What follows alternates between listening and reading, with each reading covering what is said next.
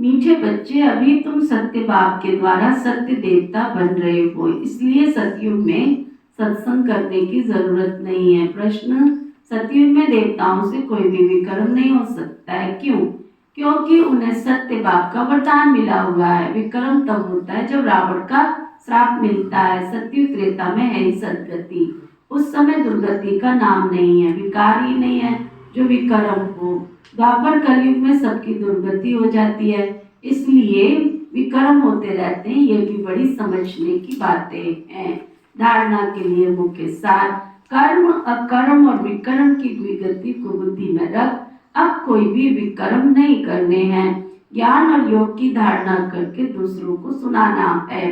सत्य बाप की सत्य नॉलेज देकर मनुष्यों को देवता बनाने की सेवा करनी है। विकारों के दलदल से सबको निकालना है। वरदान, सतगुरु प्यारे बाबा का वरदान, अलौकिक नशे की अनुभूति द्वारा, अलौकिक नशे की अनुभूति द्वारा निश्चय का प्रमाण देने वाले, निश्चय का प्रमाण देने वाले सदा विजयी भव, सदा विजयी भव। अलौकिक नशे की अनुभूति द्वारा, अलौकिक नशे की अनुभूति द्वारा निश्चय का प्रमाण देने वाले, निश्चय का प्रमाण देने वाले सदा विजयी भव, सदा विजयी भव। अलौकिक रूहानी नशा निश्चय का दर्पण है, निश्चय का प्रमाण है नशा और नशे का प्रमाण है खुशी।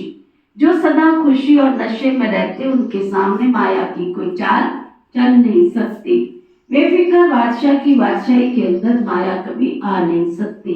अलौकिक नशा सहजी पुराने संसार व पुराने संस्कार को भुला देता है, इसलिए सदा आत्मिक स्वरूप के नशे में, अलौकिक जीवन के नशे में, फरिश्तेपन के नशे में या भविष्य के नशे में रहो तो विजयी रहेंगे। स्लोगन, मधुरता का गुण ही ब्राह्मण जीवन की महानता है, इसलिए मधुर बनो और मधुर बनाओ। अव्यक्त इशारा, अशरीरी व विदेही स्थिति का अभ्यास बढ़ाओ।